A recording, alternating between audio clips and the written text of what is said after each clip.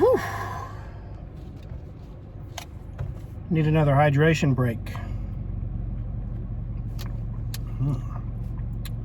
Chocolatey.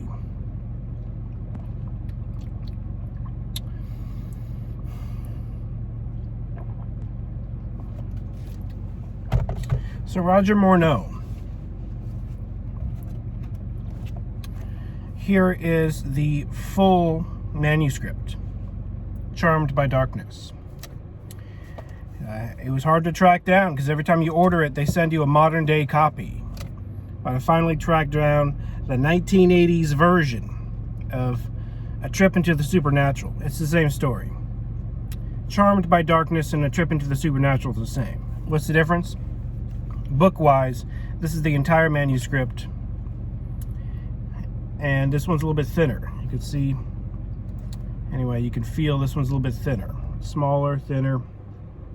A Trip into the Supernatural.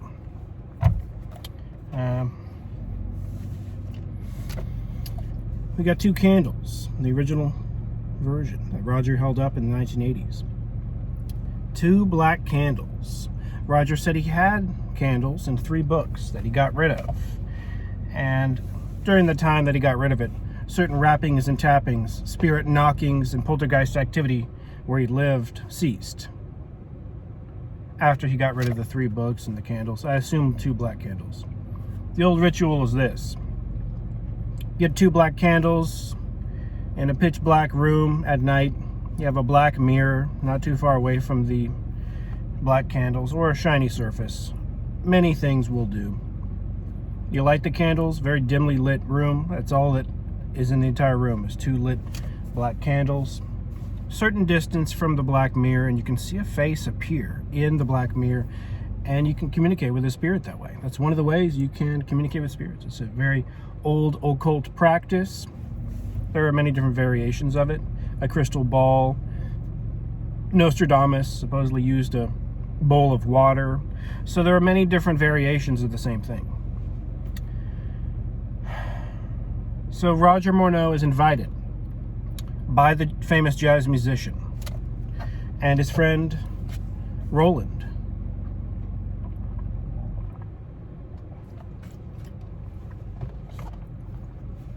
to go on Wednesday night to a super secret mansion, building, whatever the case, in Montreal, Quebec, Canada, 1946. Roger and Roland and the jazz musician are throwing back a few drinks. At this point, they're buzzed pretty good. Roger thinks, they're just joking around. Wednesday comes around, and I don't know if it's Roland or the jazz musician contacts Roger and says, "Hey, you ready to go? It's Wednesday. Let's go to the secret society." Roger's like, "Are you serious? It wasn't a joke? What? What are you talking about? I thought you guys were just messing around." They show up. Roger said he had a rough idea of what these devil worshippers looked like in his head.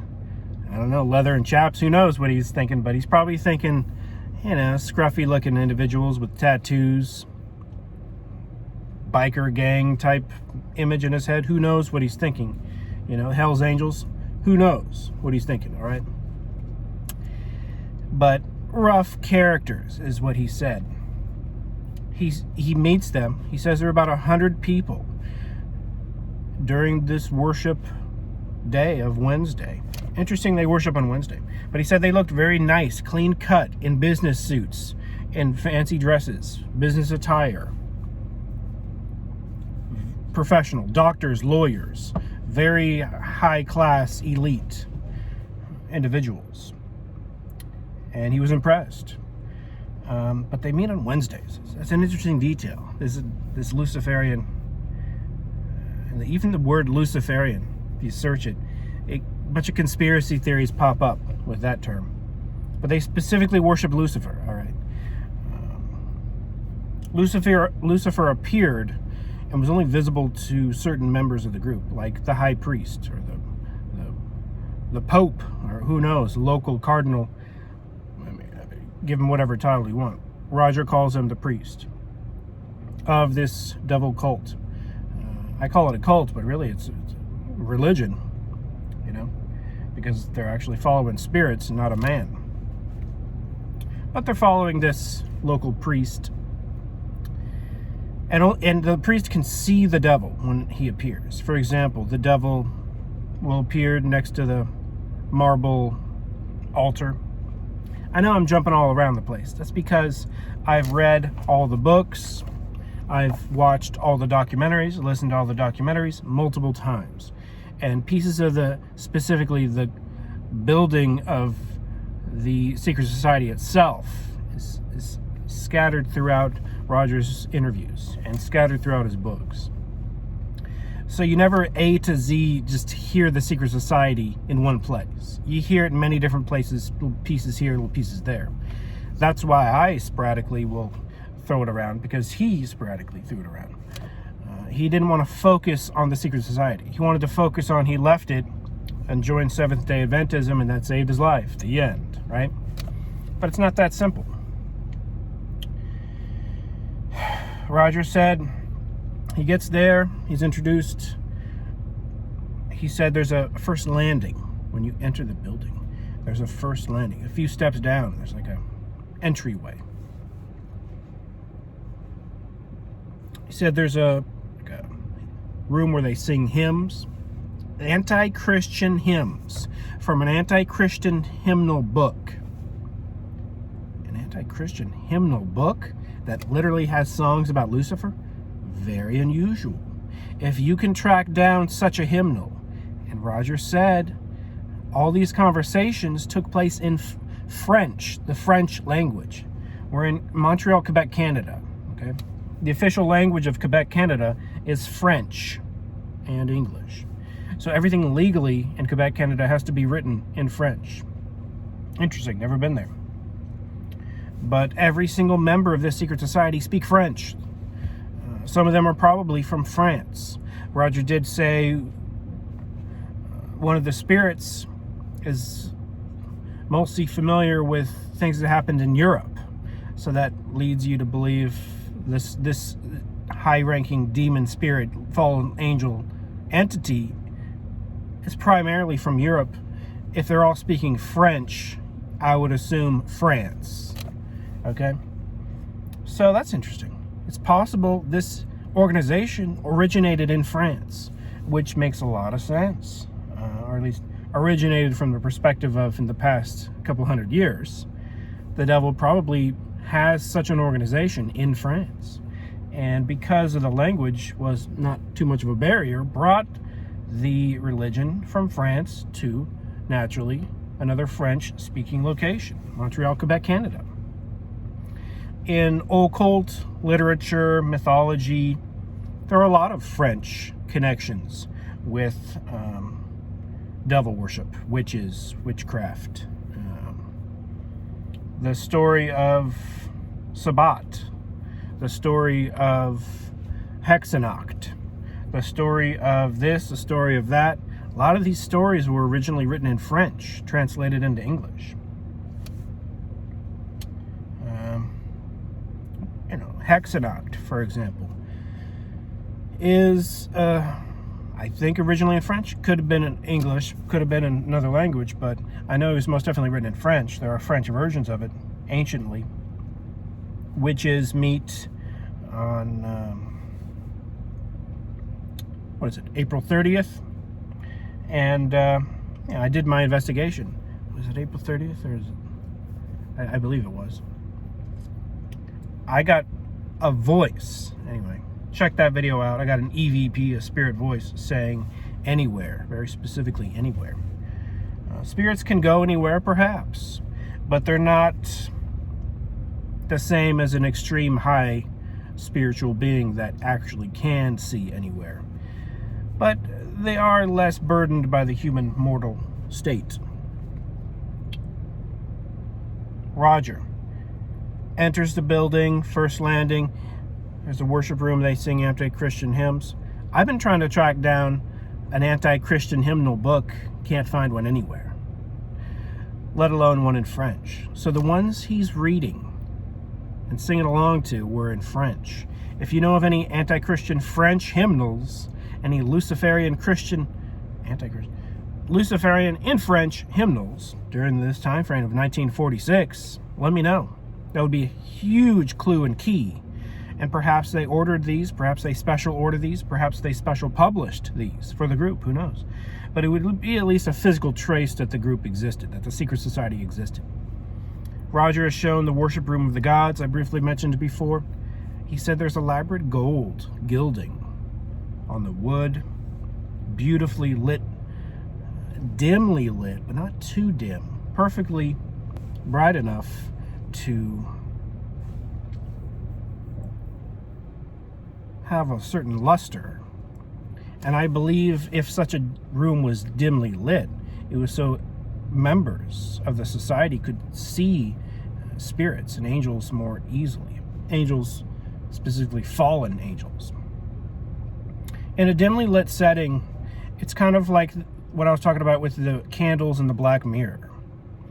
You can get in more of a trance-like state, and you do have to be in a trance-like state for it to work. But if you're in a dimly lit place, it's easier to get in that trance-like state and easier to see spirits. So the high priest, or whoever the priest guy is, he sees Lucifer.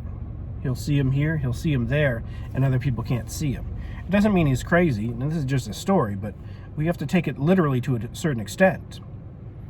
And a red flag is words that come out of the priest's mouth. For example, the priest told Roger, after Roger inquired, he said, hey, that gigantic marble stone slab of an altar in front of Lucifer's full-bodied oil painting, how'd you get that in the building? That thing looks like it weighs thousands of pounds. What is that, a ton? What is that, 2 tons of marble? I don't know how big. He didn't mention the dimensions, but he mentions it's extremely heavy looking, gigantic piece of marble. And the priest says, oh, interesting you ask that. This enormously heavy block of marble was levitated in here by the spirits. The poltergeist, fallen angels, levitated the stone straight on in. And you can always make the analogy of the pyramids in Egypt or Stonehenge, but it's an interesting thought. Now, Roger doesn't assume he's lying, because Roger is shown on the other side of the building, near the restrooms. He said he went to the restroom many times and he heard a lot of tremendous clacking, typing, typewriters just going off and never stopping in one of the rooms near the bathroom. Roger is eventually shown inside this typewriter room, and I made a video about it, and I talked about it a couple times here and there, and you can see it briefly mentioned by Roger in his interviews. The priest shows Roger the typewriter room. There's a lawyer, and there are gifts. These members are given gifts. It's not a new age thing where they're saying, oh, you got eternal life. That's your gift. Congratulations. Enjoy it. Just kick back some Kool-Aid and wait for a comet to come by. Bam, kazam, you're on the spaceship. See, it's not that type of a cult, all right? They're actually given actual supernatural gifts. Roger asked for clairvoyance. The priest said, you can have a gift. What do you want? Roger leaves out details. The priest probably said, you can have this. Which one do you choose? Roger said, clairvoyance, because he speaks French. Clairvoyance, the ability to see into the future. Roger is a bit of a horse race gambler, bit of a cigarette chain smoker. Roger rewarded himself with a cigar every now and then, but he smoked a great amount of cigarettes. And he went to the horse races. Maybe he won a little bit here, a little bit there, but he probably lost, then lost and lost again, like the average gambler. But Roger wanted to win. He said, what about the horse races? Can I know who the winner is? Oh, clairvoyance, yes, it will be given you. Or perhaps the priest went to the spirits and came back and said, it will be given you. We don't know the exact time frame of any of this stuff. But Roger is shown a gift given to this lawyer in this room next to the bathroom in this secret society. It's an interesting sight and kind of a space wasting scenario, but instead of giving a gift straight to his head of clairvoyance, for example, he's given a room full of a bunch of typewriters where the typewriters are typing by themselves. And the lawyer feeds in the paper into the typewriters, which doesn't make sense to me. That is a tiny red flag to me, because Roger says, just think of rows and rows of tables full of typewriters. I assume there's chairs in front of the typewriters.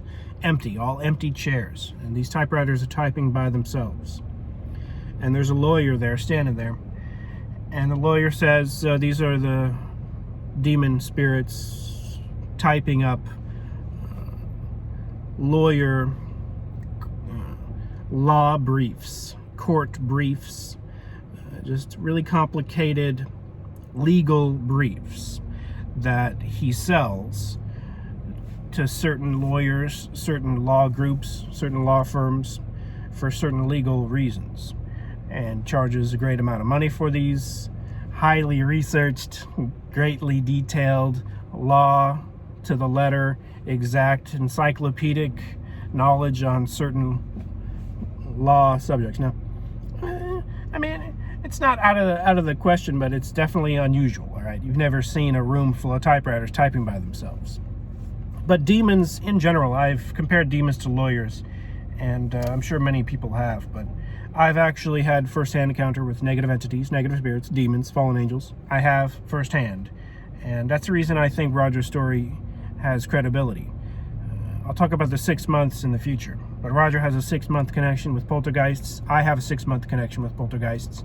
You most likely do not. You probably see poltergeists as like ball lightning, an extremely rare phenomenon that's kind of an abstract concept. I've never witnessed ball lightning. It's an extremely rare phenomenon, but it's an acknowledged phenomenon. Poltergeist activity is an acknowledged phenomenon. 100 years ago, there were doctors who wrote papers published scientifically on what's this poltergeist phenomenon. What is it?